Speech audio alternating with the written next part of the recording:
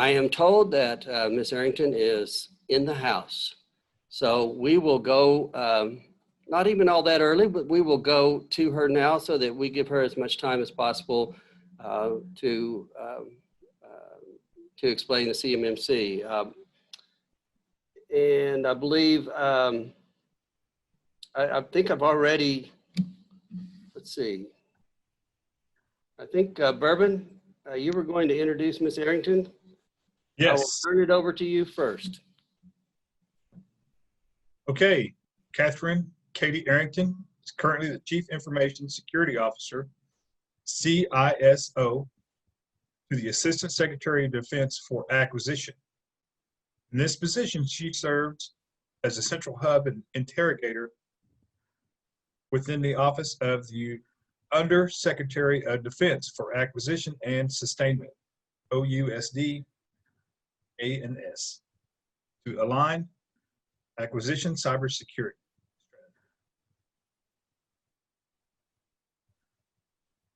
Ms. Katie Arrington.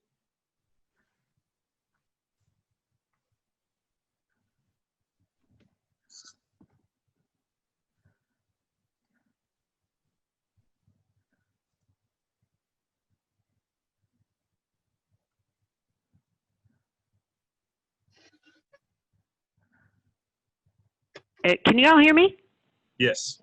Oh, okay. All right. The computer screen. So we're not allowed to, so you can't see my awesome face.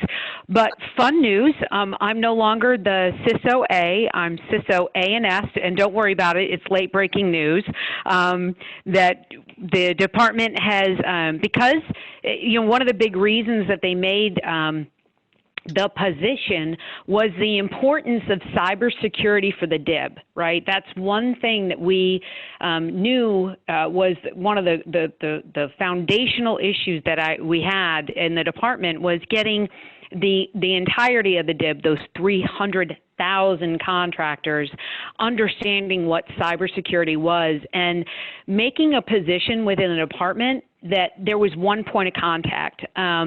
The other part to making this position permanent was the CMMC.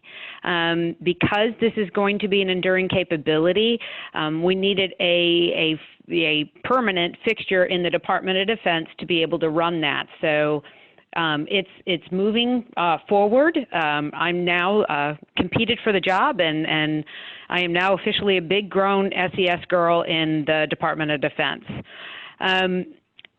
Now, for the people that I'm talking to, is this mainly the PTACs? Are there other people outside the PTACs on the call?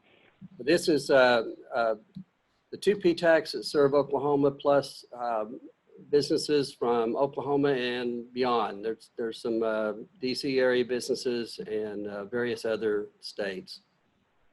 Okay, that'll help me. So the CMMC started out in early 2019 in earnest. Prior to that, for everybody's, just kind of educational background, get a little history flavor to it. Long before Katie Arrington showed up, we had several things that happened in the DoD. The Navy had a very high-profile breach. OPM had a very high-profile breach. And we realized, back, I'd say 2017, 2018, that we needed to get a better grip on how to convey what we wanted our contractors to do to protect first themselves and to protect the national defense. So back in 2014, President Obama signed an executive order that created the NIST Special Publication 800-171. It was born out of the NIST Special Publication 800-53. But anybody that has been around in this for a minute, the 53 is specifically honed in on federal systems, right? So it's focused on inside the wire, inside the government. NIST 171 focuses on non-federal cybersecurity. So it speaks above and beyond. And it changes some of the vernacular, but know that they're very similar, but just a few, there's tweaks. When that executive order was signed, the Dfar Rule, which is the Defense Federal Acquisition Regulation 252.204.7012, said that if a contractor was transmitting, storing, or accessing CUI, controlled unclassified information, that they needed to impart the 110 controls in that NIST 171. Now, the way the Dfar rule was, is it's self-attestation. So the contractor just had to say, yes, I am doing the 110 controls of the 171. Or it could be that the contractor had a POAM to do 50 of them or 60 of them. So it was a little bit hard to actually get a consensus, right? And to get everybody lined up so that we were all doing the same things. Oh, I'm sorry. So in 2018, the Navy produced, if you haven't read it, it's out there, and I don't know in Oklahoma how much Navy work you get, but it's the Navy Cyber Readiness Review. That came along about the same time that the report from MITRE, Delivered Uncompromised, hit the street. And then right after that, we had a GAO report about contractor networks. What all of those reports were saying is that we weren't doing the basics. And because of that, we were having massive data breaches by the basics in the GAO report. One of the primary findings was we weren't updating our passwords. And just, it's when you sit back in your life, and I don't, for those of you who haven't heard me speak before, I'm big and I do a lot in your life, and you look back at your wake, right? If you've led a good life, your wake, it's like a boat, isn't choppy, right? It's smooth sailing. You look at our wake, and when it comes to cybersecurity, it was a hot mess, right? So we needed to make our wake clean and streamlined. How to do that? Well, we had a multitude of different cybersecurity standards out there, right? So we have the NIST, of course. We have the ISO 27001. AIA, the Aeronautics Industry Association, had their standard. When we deal with international partners, we have the UK GDPR, which is more about data privacy. But, if you're doing work, any of your contracting firms that are doing work, in the UK, they had to get that standard. There were, familiar with, I say, the Gertz memo of 2018, where Secretary Gertz said we needed the highest and best security on every system. That was unattainable. And we needed to bring it down and understand that security is not one size fits all, right? You've got to have the right security for the right program for the right time. That our resource dollars for security were, we needed to finely tune what we were spending money on to ensure that we were making sure the contractors that were actually doing it were getting paid for what we needed them to do. They were getting funded for it. So we started out on the process of creating this unified standard that's 100% based on the NIST, right? We're not deviating from that. But it's one thing to say that, I'm attesting that I have CUI and that I'm doing 110 controls and I'm doing nothing, right? We needed to get something to help the community, the national industrial base, defense industrial base, the 300,000 companies that actually provide our security, right? Because we in the Department of Defense, we don't build anything here, right? Know that it's all out there in our contractor community. We create the acquisition strategy, the policy, the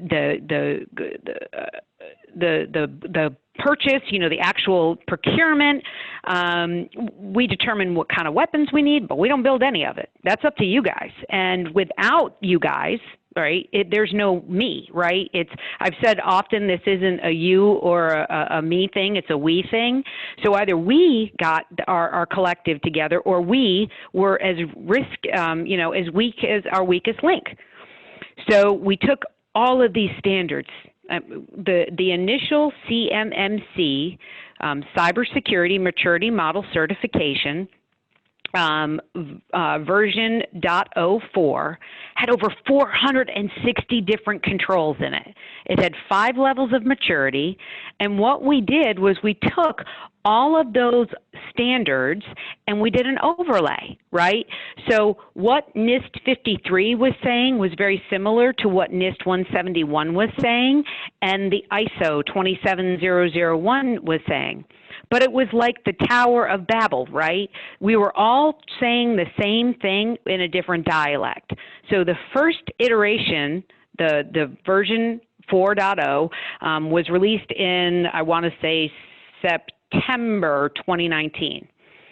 We opened it up for public comment out to the world, right? We literally had a tremendous amount, over 3,000 comments, right? And we adjudicated all those, and it was a lot of, okay, this is a redundant, which we wanted to hear, right? This is a redundant control. It's mapped here.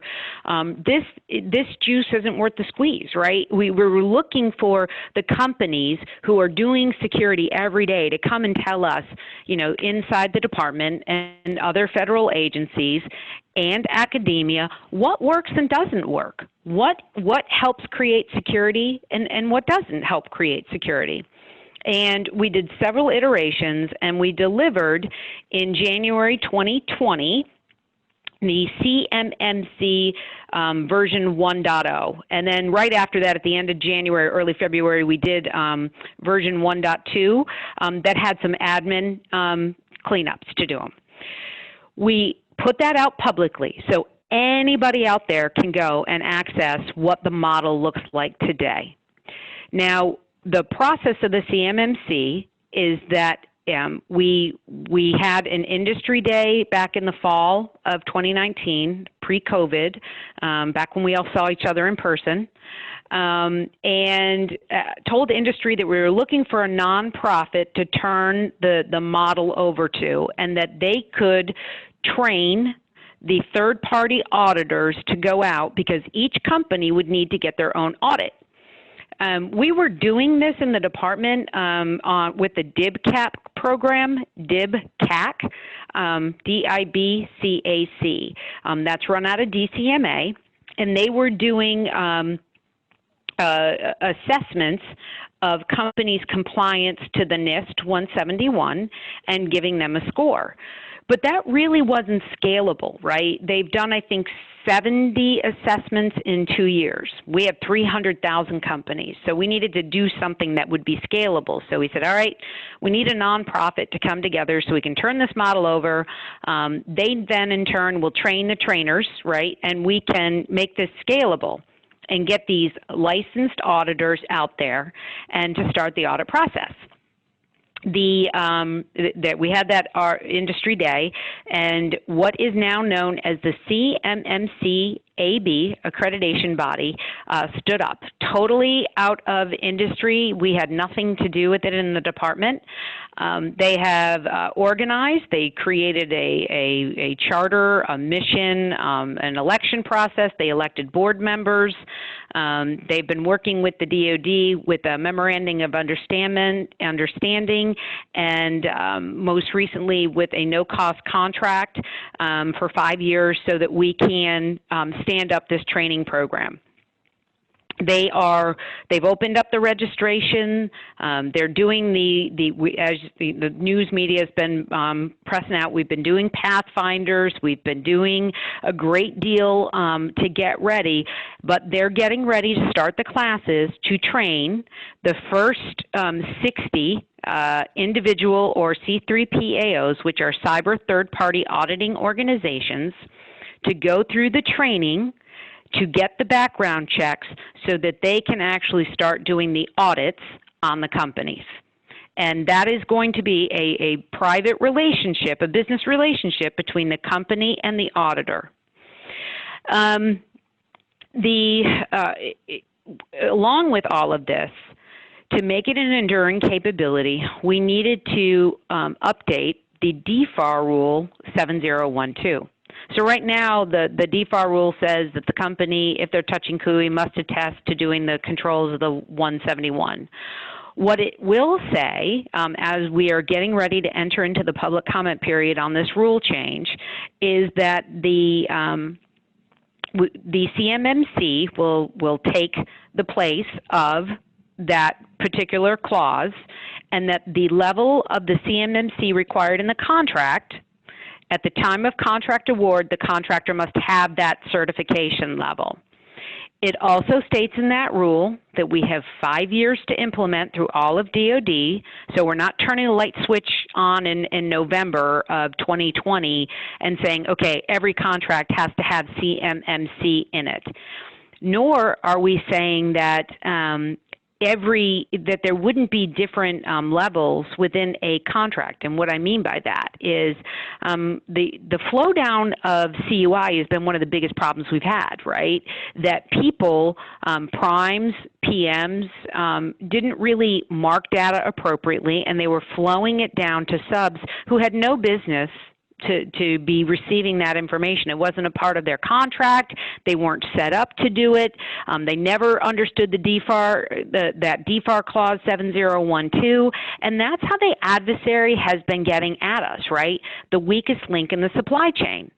So we in the department, you know, the CMMC is one part of a really big picture of a cultural shift that has made security foundational. You know, those, the PTACs that are on, you know, thank you all very much. I'm from the state of South Carolina, and unbeknownst to me, 2 states in the union don't have PTACs, Hawaii and South Carolina. So just so you know, but it's, you know, these are the places where, you know, as a little bit of history on me, before I came to the government in 2019, I started in industry, right? I was with Booz Allen Hamilton many, many, many moons ago. If you could see me, I'd flip my hair upside down and say, see the chip? It's still in there. And then I went to a service-disabled, veteran-owned small business. Then I started my own non-traditional cybersecurity company. And then I moved from that. I was part of something called South Carolina Cyber. I was nominated by then Governor Nikki Haley to this board in South Carolina after the 2012 breach, which really wasn't a breach. We didn't encrypt the files, but that's a whole other speech. And then I went from there, and I realized how big of a gap there was in cyber that I actually ran for office and was elected to the South Carolina legislature. I wrote a tremendous amount of legislation around cyber, and then I ran for U.S. Congress on the platform of cyber, right? And granted, I didn't obviously win, and now I work in the Department of Defense, and I'm still serving my nation, which I'm very honored and proud to do. But let's stop for this culmination. Like, I don't believe in coincidences, and I believe that we're all put in a particular place and time for a specific reason, right? So everybody on this webinar right now, your whole life has led you to this one moment. And everything that has happened happened exactly as was supposed to. And as horrible as COVID has been for the loss of family members and loved ones and dear friends, we always have to look at what happens in the face of adversity, right? When bad things happen, we've got to come out on the other side, right? And the sun will rise, and we've got to be better than we were the day before. World War II happened. And in World War II, you know, we'll leave the Manhattan Project off the table, but let's just talk about what really was different is that the U.S. knew we had a new technology called the tank, right? And we had a way that we needed to get global manufacturing of U.S. weapon systems, right? A tank was a weapon system, and we knew that war had to be fought on multiple continents. It no longer was going to be a one-on-one battle, right? If World War I and World War II didn't teach us anything, that the world was a global community and war was fought globally. Now, that, you lead that, right? The U.S. made that change. We said we need to have our allied partners to have the same weapon systems that we have to win wars. So we created something called the MIL-SPEC, and it was the military standards on how to do quality and safety in production and manufacturing of our weapon systems. As we started that conversation and said, this is what we need, NATO stood up what they called the NATO spec, saying the same things, right? That this is what we determine quality and safety. It's a little-known trivia fact, but that is how ISO standard, the International Standards Organization, actually was created when the MIL spec and the NATO spec needed to come together, and there needed to be an international standard. We made that move, the United States. So let's fast forward through history, right? And bad things happen all the time, but when a bad thing happened on U.S. soil, in 2001, 9/11, a terrorist attack happened on our soil. We changed overnight the way the world traveled. And it's not like there hadn't been terrorist events, in the past. We had seen them. We had seen them acted on U.S. individuals on foreign lands. But the moment it happened in our country, things changed. The world changed overnight. And we determined, we in the United States said, this is how we determine safety for travel. And the world acquiesced. Everywhere you go now, you have their version of TSA in airports, in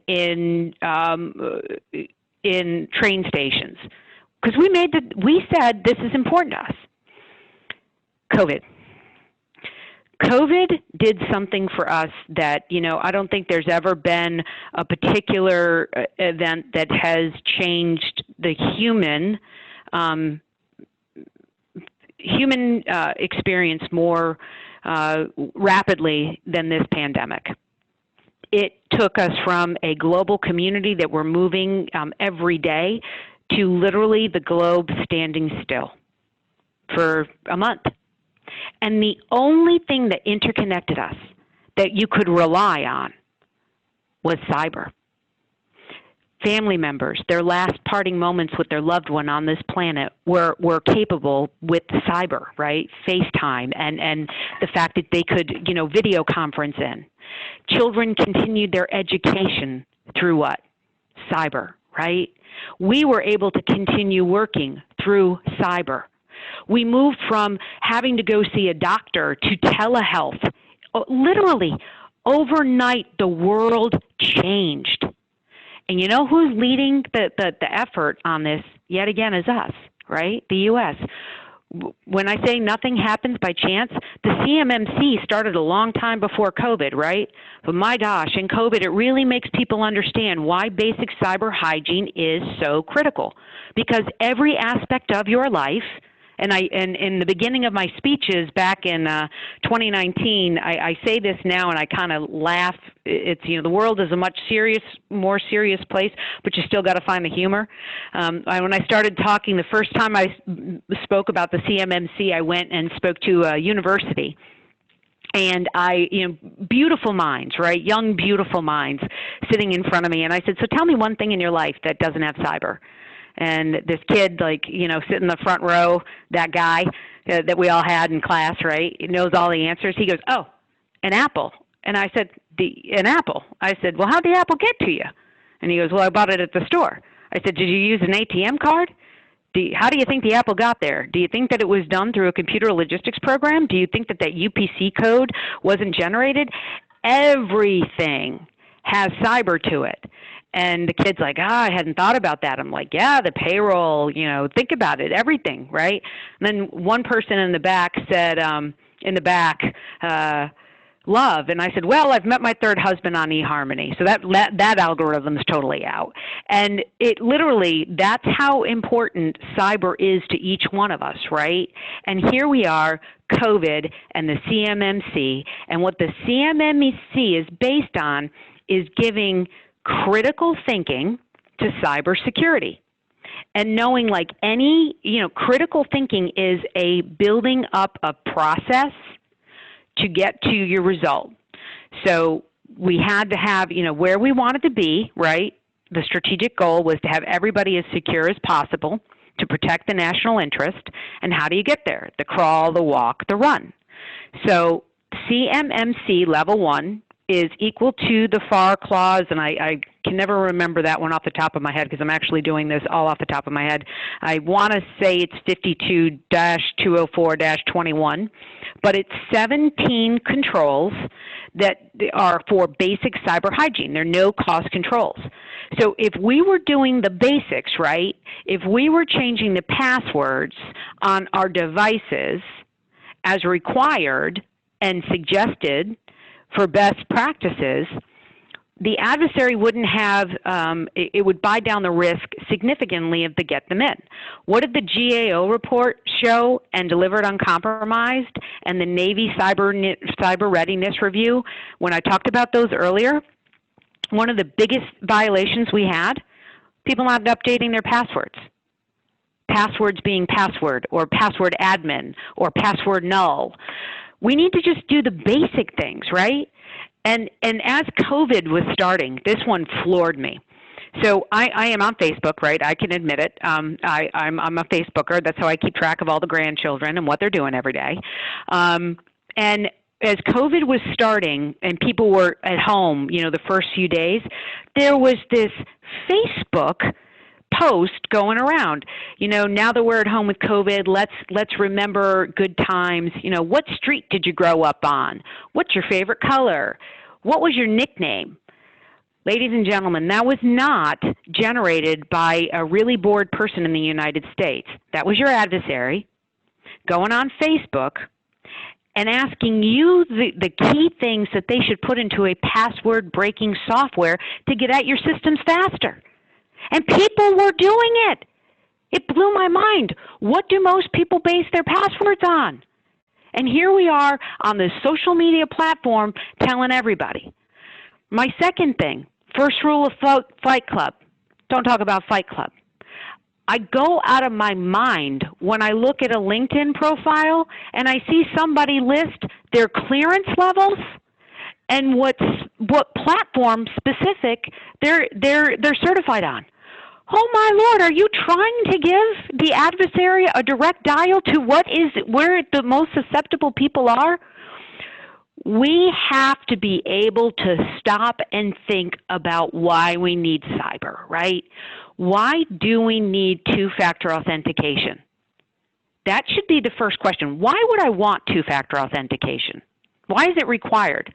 Well, the likelihood that the adversary could get through two verification certifications to get access to information is buying down the risk. They might be able to get through one password, but to have a password, an ID card, or a password and a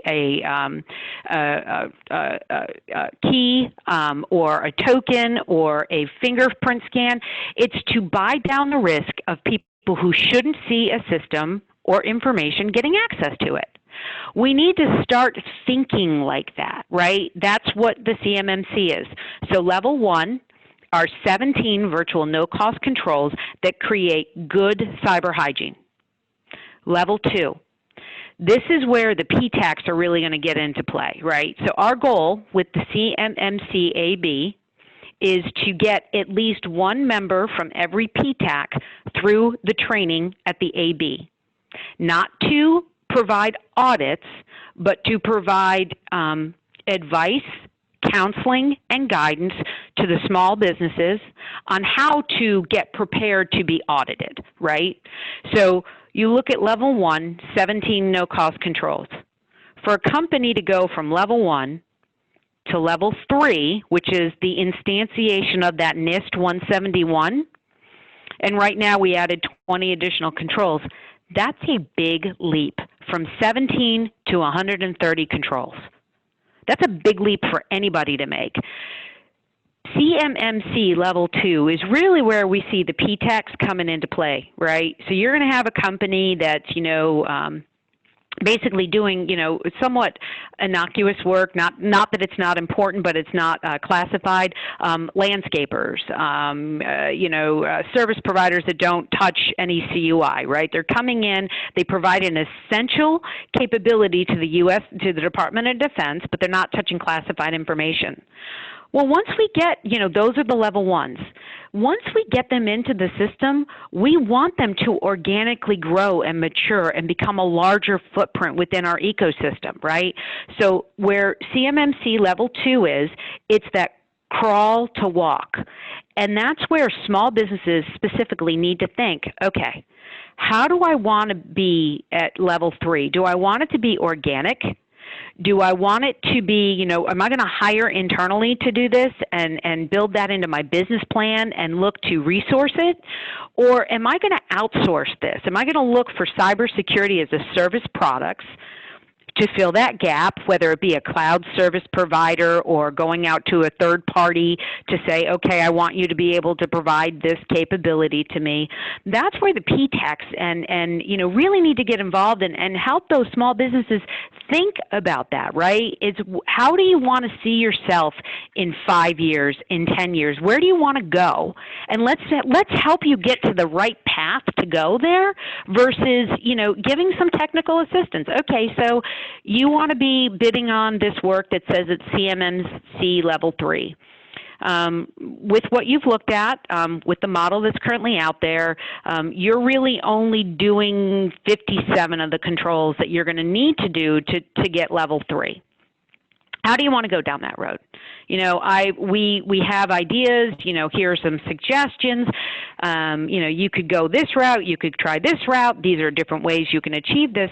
But we need to give people options to grow. And that's a big thing with the CMMC, providing the options for good, vetted, quality companies in our national defense maturing and becoming more of a pronounced place.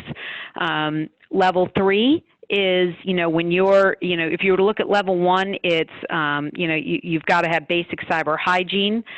Level 2 is there's processes that you're putting in place in your company. You're starting to document things.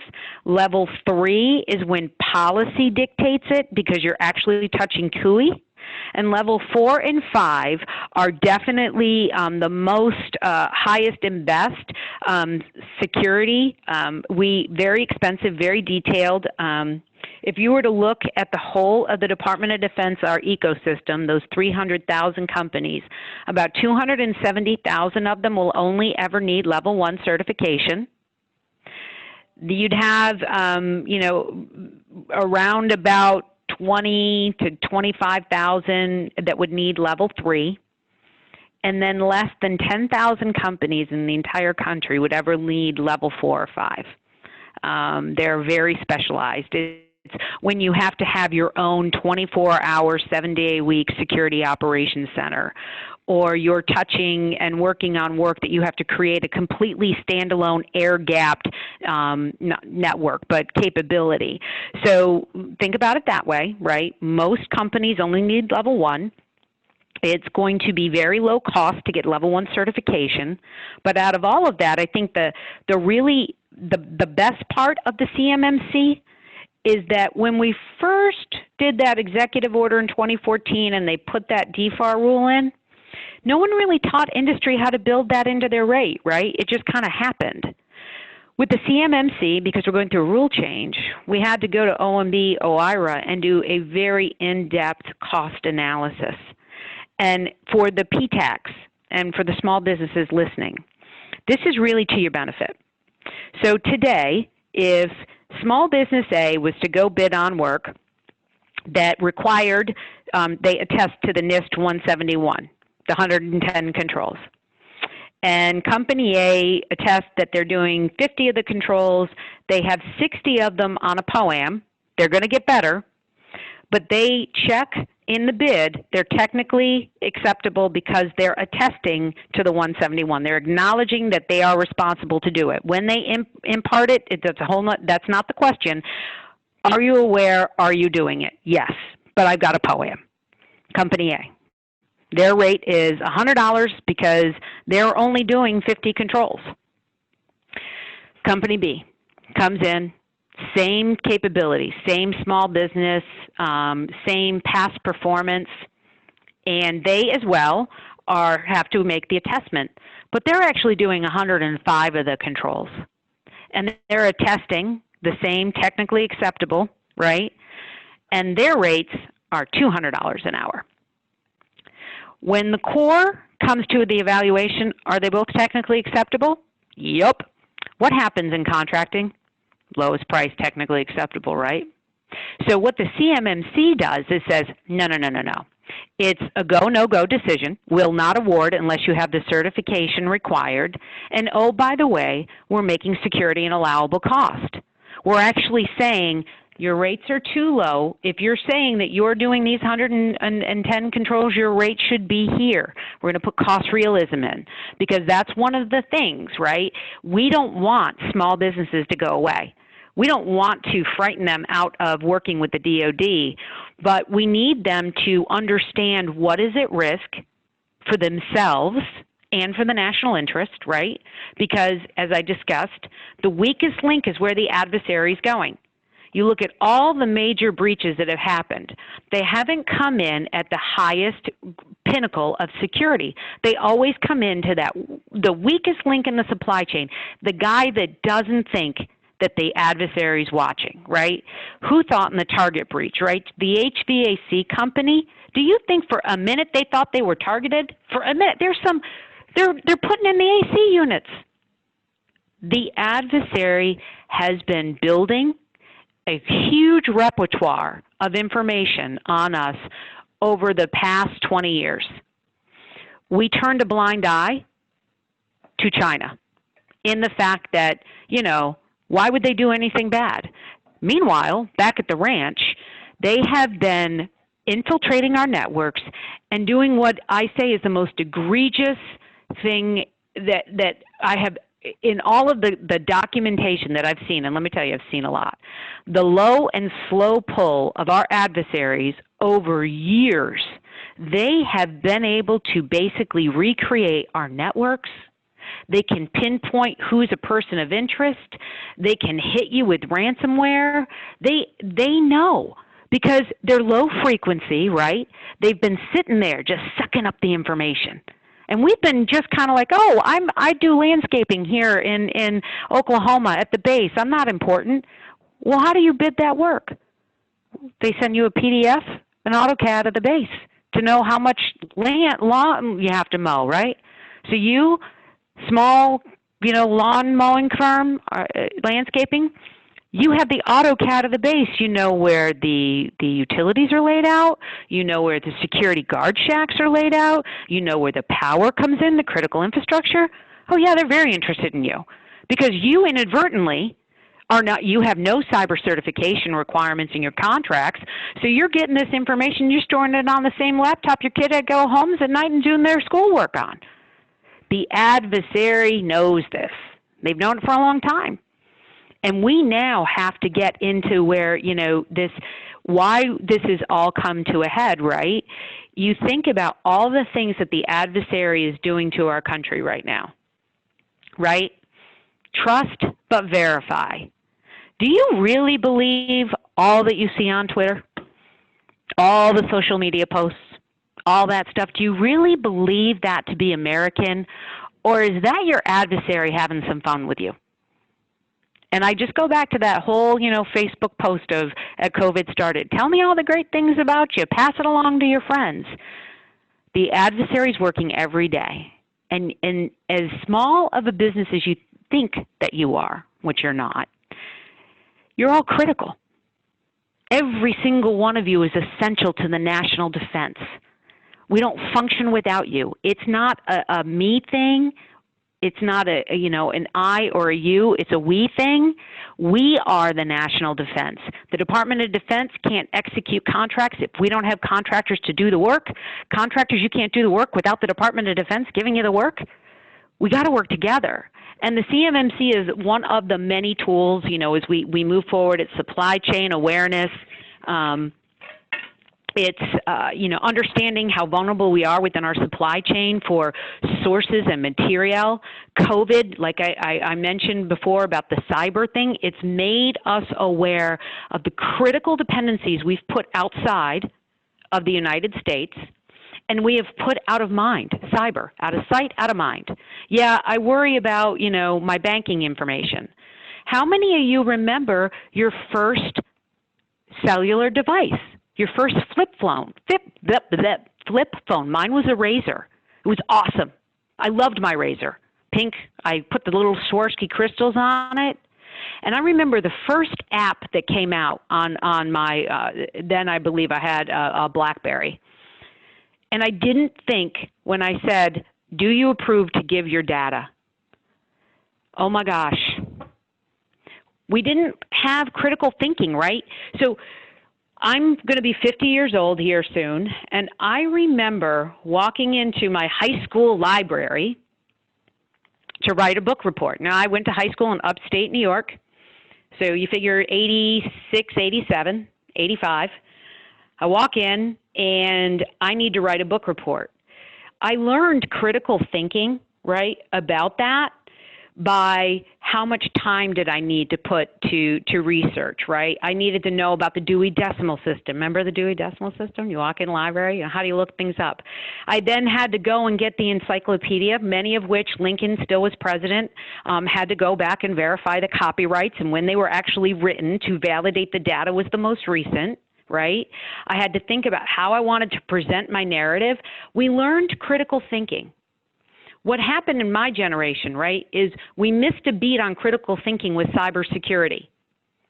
And I'll liken it to this, right? When the caveman first found fire, right, the capability was awe-inspiring, right? She, I say caveman, she, probably was cooking back then because I cook in my family. My husband barbecues, I cook, there's a difference. The caveman came in and said, oh my God, this is an amazing capability. Well, if you touch it, you will burn yourself. Don't touch fire.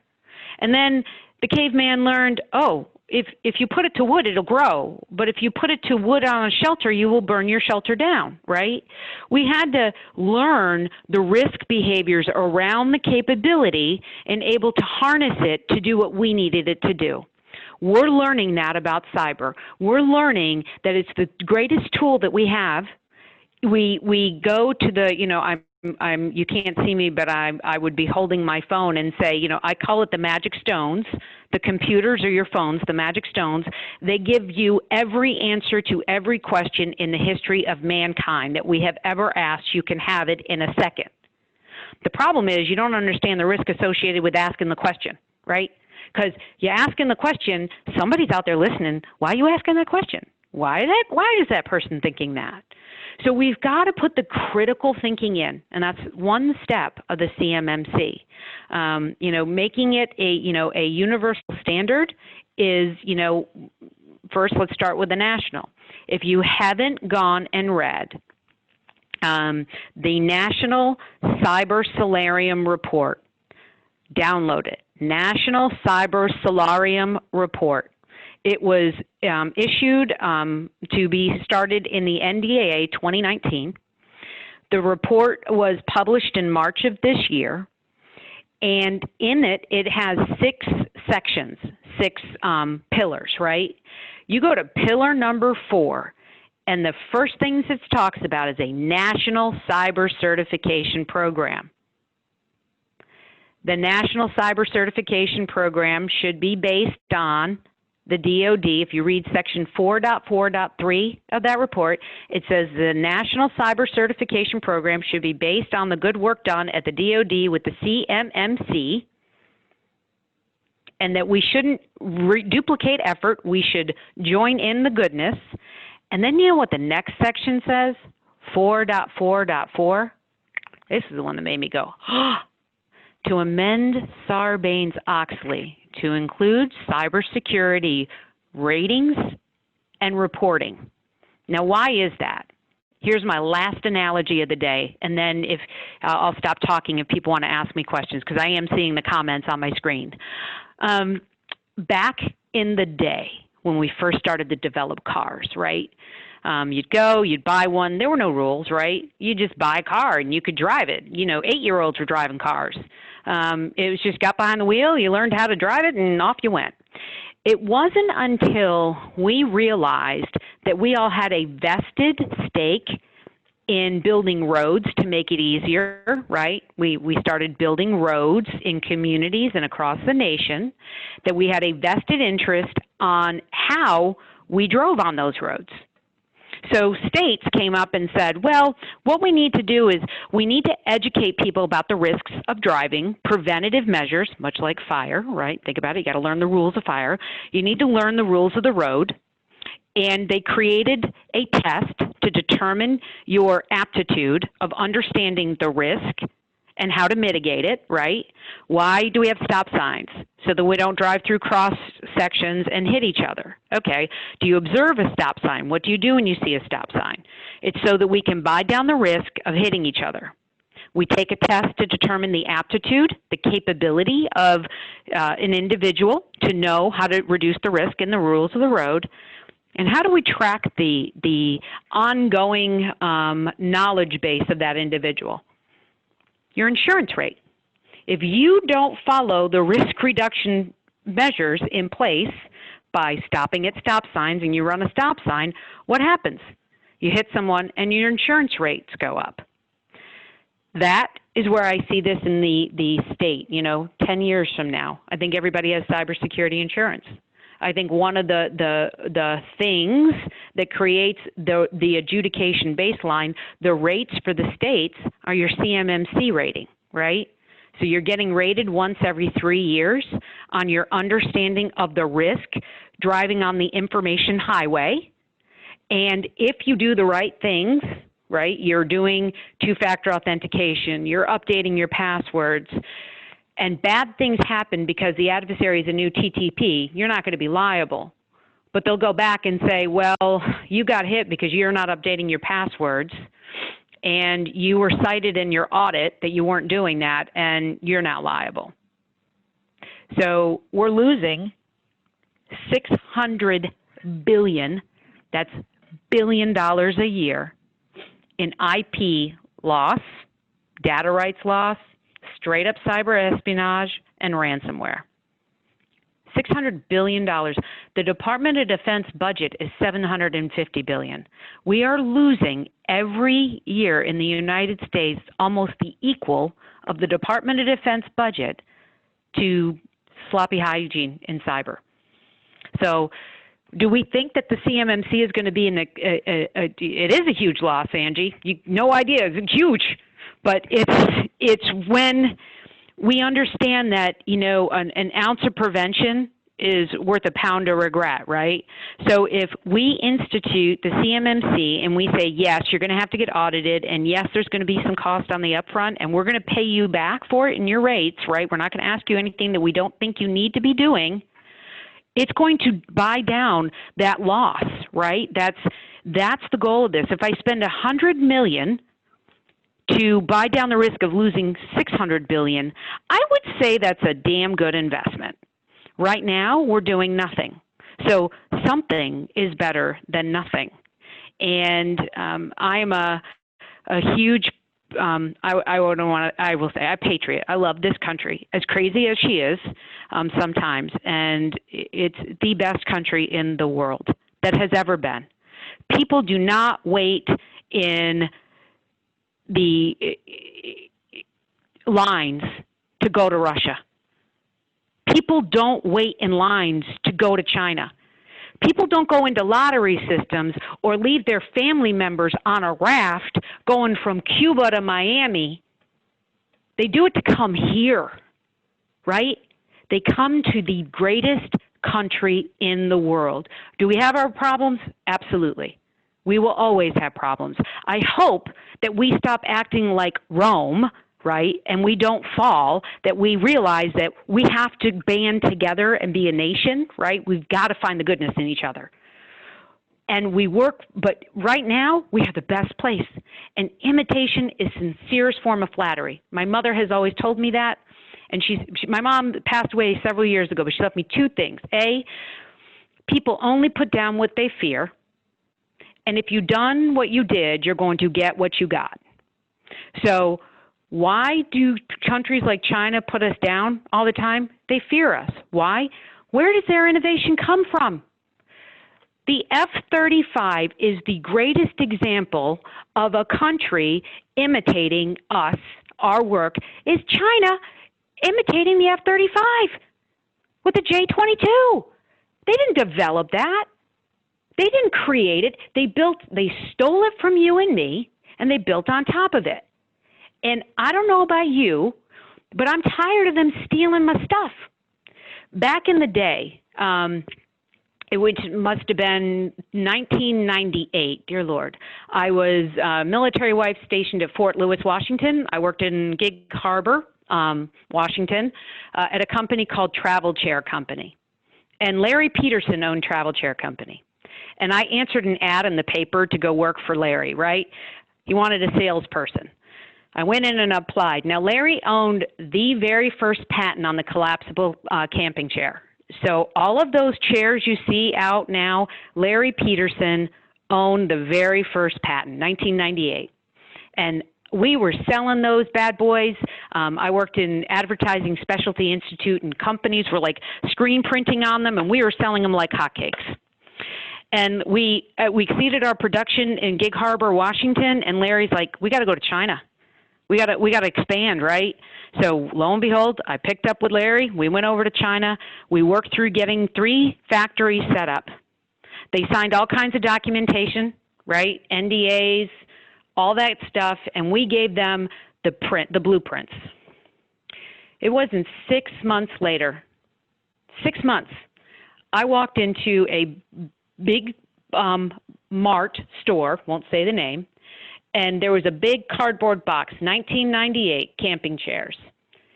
And I picked that camping chair up with my husband, and my heart sank. It was lighter, it wasn't the same material, and there were 2 rivets that were different. And I called Larry immediately, and I said, Larry, they've stolen your patent. And China ignores our patent law. They don't care. And they said, oh, no, it's not the same chair. There are different things. It's a lighter weight, and there are 2 rivets. Ladies and gentlemen, that is how it all started. And you watch the J-22 or the J-21, the Chinese plane that looks just like the F-35 with the same canopy flaw in the first iteration of the F-35. I can tell you the prime on that contract worked really hard to protect it. But the adversary knew how to get in.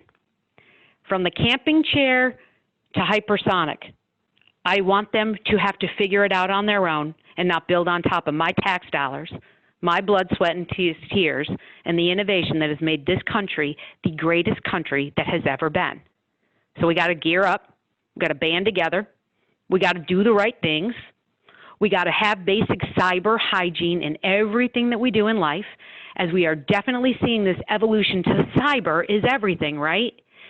If your telehealth is via cyber, if your children's education is via cyber, if your job security is via cyber, don't you think you want to be doing the basics, at least the basics, to protect your family, your home, your financial, and your business, and the national security? So that's what the CMMC is. I know I've talked for a long time, 50 minutes, I can chat.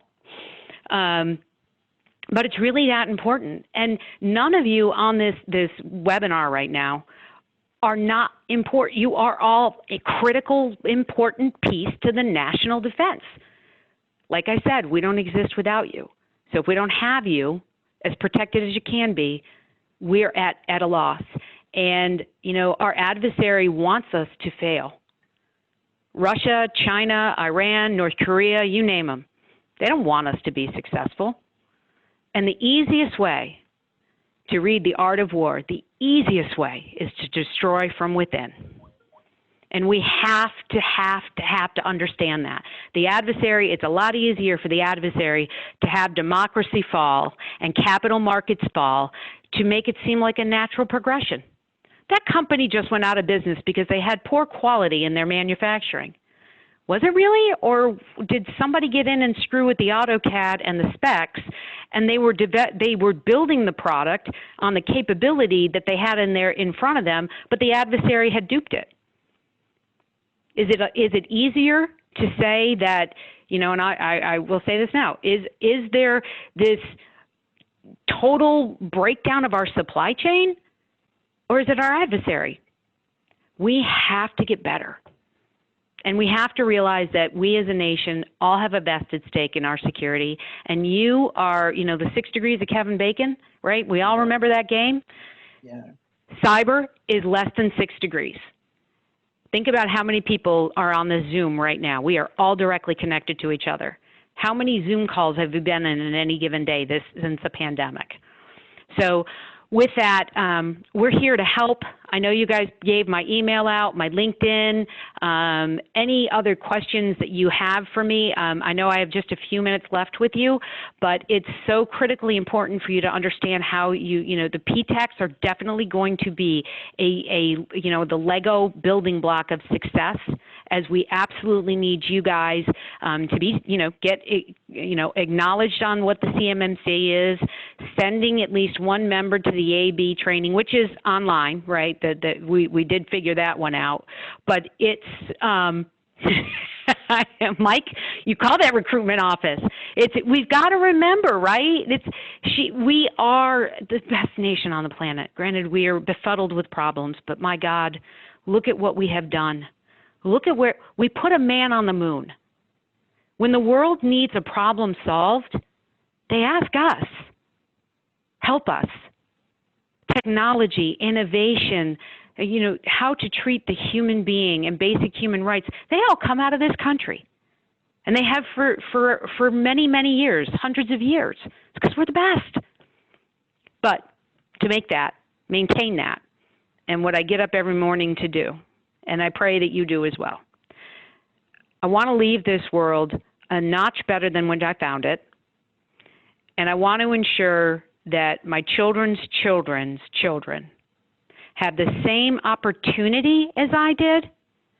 I can't provide them anything more than the opportunity, and ensuring our national security is one way that I know that I'm going to do my best after I'm gone, that I was able to do something to make sure that they had that opportunity. We've got to work towards that, you know, strategic goal of ensuring our national security. I would hate for the world if it ever came to this, and this is, you know, granted we're a flawed country, no doubt, right? But if a country said to China, I want to go to war, China's communism was never a good thing, guys, right? Remember, communism was a bad thing. Why? In a utopic state, communism works. Too bad utopia doesn't exist. China is a communist state. I don't want the world asking China, can we go to war? I really want them to say, U.S., is it a good idea? And we can at least take a minute for them to pause and think. Think about all the things that implicate going to war. And what is the outcome? Versus China, who is just get rid of everybody but me. And Russia is, those people are bad. We've got to stay together, guys. So go ahead and you've got a few minutes to ask them. I'm reading them. I have questions. Less painful? I don't know that it's less painful, Mark. I mean, it is what it is, but yay, play. We'll get through it. Listen, if we have gotten, when Al Gore created the internet, he did not know what he was doing. And if Al Gore can do it, we can do it too. Sorry. Love you, Al. Anybody have any questions? I'm looking at my screen. Katie. I know, I'm very funny. Katie, this is Carter. As you went through this process of developing the CMMC, I know your focus was on providing the best framework for cybersecurity. How did the team balance security versus transparency in government and the public's right to know? Oh my God, we completely were transparent in this whole process. So when we started it, the one thing that I take credit for, the team did all the work. I am just blunt force trauma. But I went out and coming from industry, the first thing I said is, we can't do this in a box in a silo by ourselves. I've got to have industry saying, okay, this is doable, academia. So it was a 100% transparent process, collaborative, where I'm struggling, where I can't tell you all everything I want to every day, is because we're in the process of the rule change. So I had to go radio silent.